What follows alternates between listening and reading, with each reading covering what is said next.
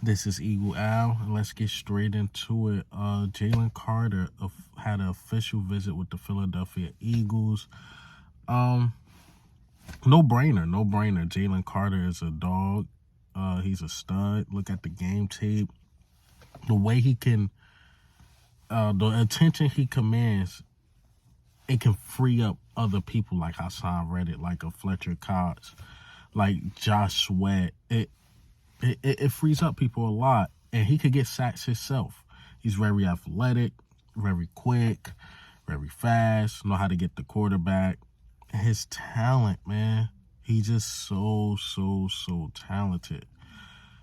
My thing with Jalen Carter is, how does N'Kobe Dean feel about him coming to UGA? How does Jordan Davis feel about it?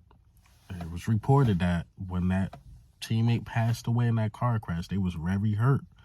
Not they was very upset with Jalen Carter because they really didn't know, but they was very hurt. I said this in my last video.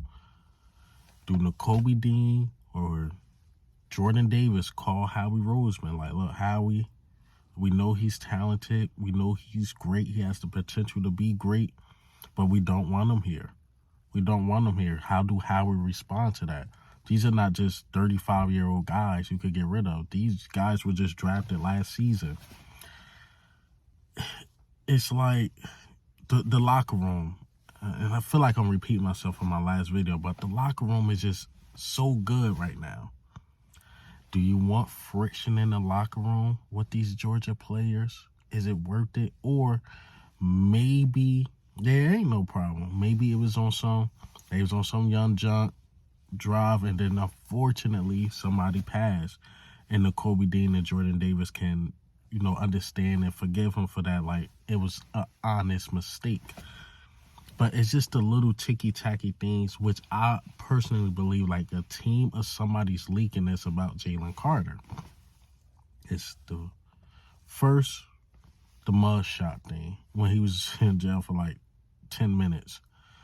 Then there was another video where he got pulled over separate from the accident, and the cop pulled him over like, look, we're not going to really report this because, we don't want the media all over it. But then something like this happened. So they just leaking body cam after body cam after body cam.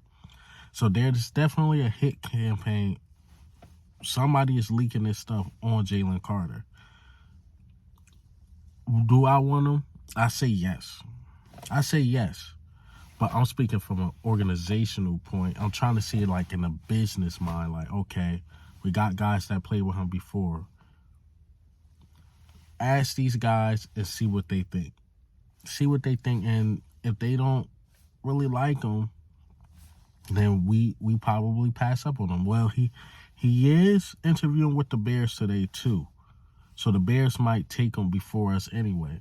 But he's a generational talent. So it's one of those things like, talent-wise, no-brainer. If he's at 10, I don't care who's there. Bijan, Gonzalez, a lot of these dudes, man. If he's there, you almost have to take him. But if your players on your team right now don't approve, do you make that risk of pissing people off? I don't know. I think that's why I'm not the GM. I'm just a guy who gives his opinion on YouTube. That's a tough call.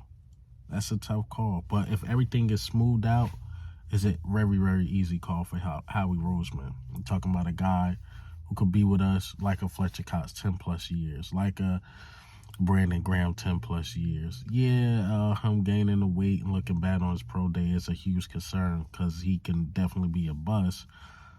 But if he play how he played in college, he definitely won't be a bust. But hey, man, what do you think and how do you feel about Jalen Carter visiting the Eagles? I always say, like I've been saying, depends on how the people feel in the locker room, because I think locker room cohesion is better than anything. Look at the 2017 team. That wasn't our most talented team, but they won the championship. Our most talented team was the McNabbs, T.O.s, and, the Dawkins, that team. But McNabb and T.O. had so much of a problem with each other. They just couldn't get over the hump. It got them to the Super Bowl, I couldn't get him over the hump. And is it worth it? But this is Eagle Al. I'm up.